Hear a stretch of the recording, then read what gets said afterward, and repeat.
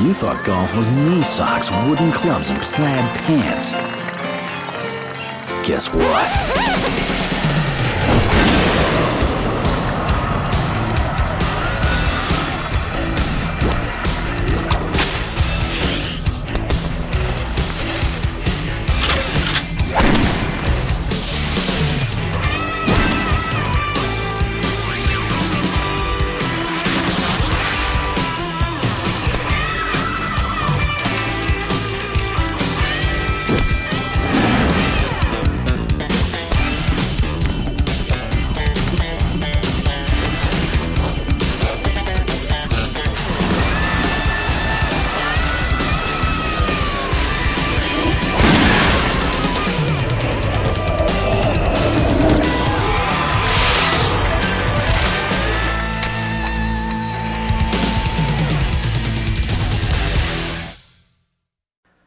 When a ball is above your feet, first of all, you're going to have to understand you must be a little bit more erect from the waist up.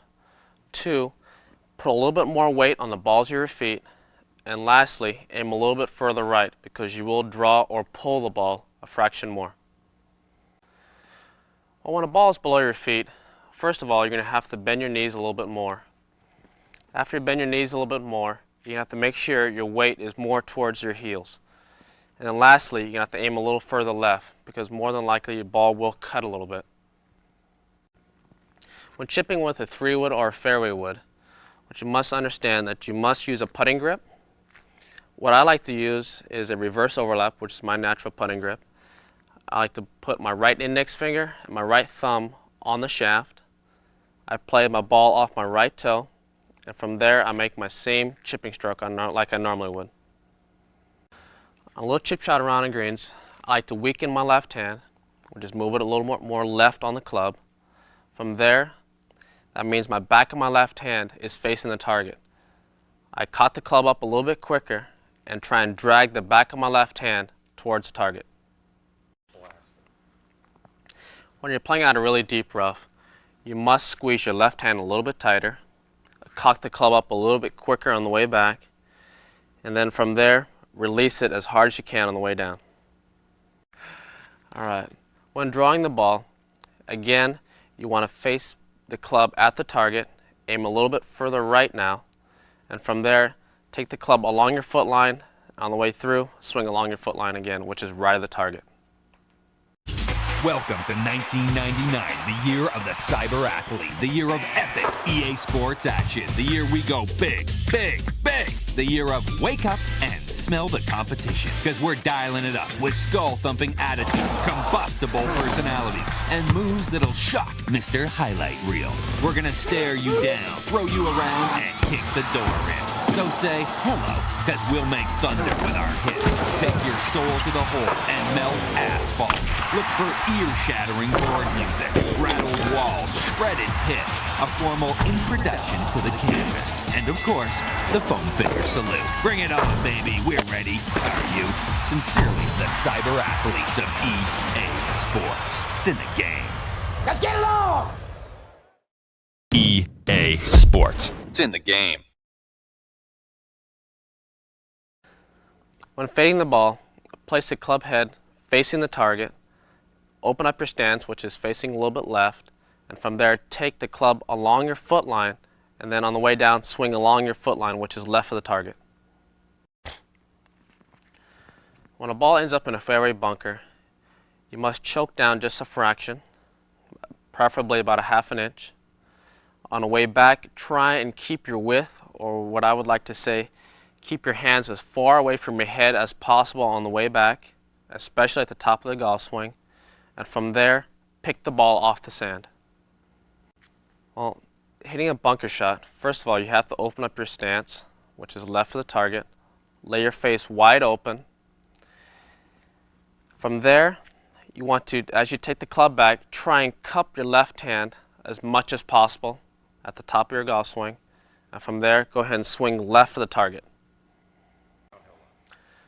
When you're faced with a downhill lie, first of all, you're going to have to move the ball back further in your stance. 2, you're going to have to tilt your shoulders with the slope. And lastly, swing along the slope. I'd have to say that you would have to take one less club because more than likely the slope will de-loft your club. You will hit the ball a little bit further. When you're faced with an uphill lie, well, first of all, you need to tilt your shoulders with the slope.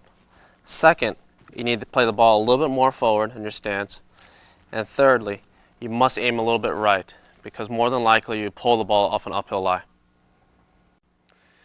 When you're hitting out of rough, first of all, you have to choke down just a fraction, play your ball further back in your stance, and as you take the club back, cock your hands a little bit quicker and keep your weight on your left side. And that's very essential because you don't want the weight going to your right. And on the way down, hit it as hard as you can.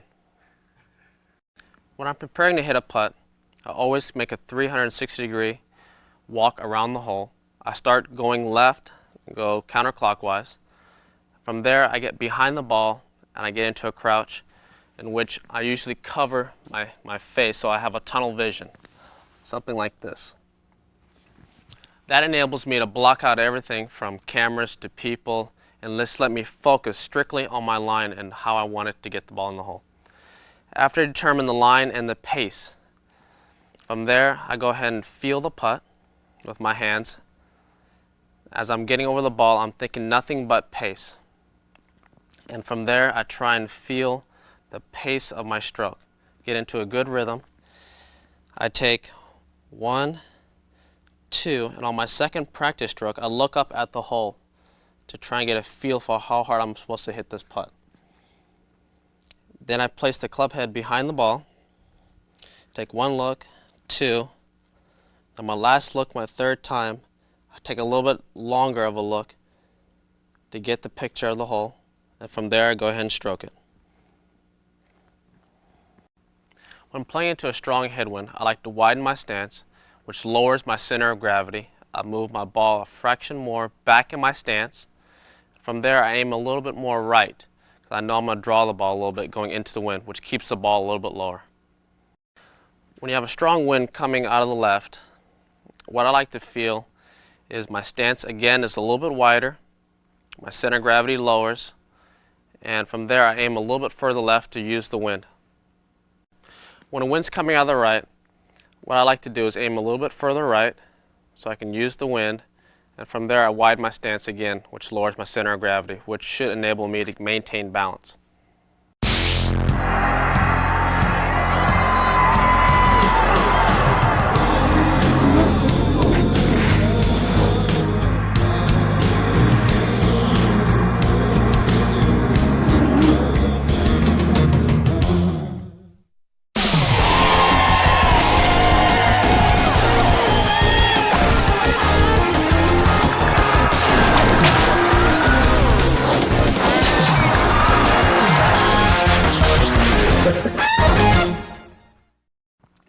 When you want to spin the ball a little bit more from the fairway, first of all, you're going to have to understand that you must choke down just a fraction. From there, shorten up your swing, make it a little bit more compact and a little more speedy at the bottom. So you want to release your hands just a fraction more.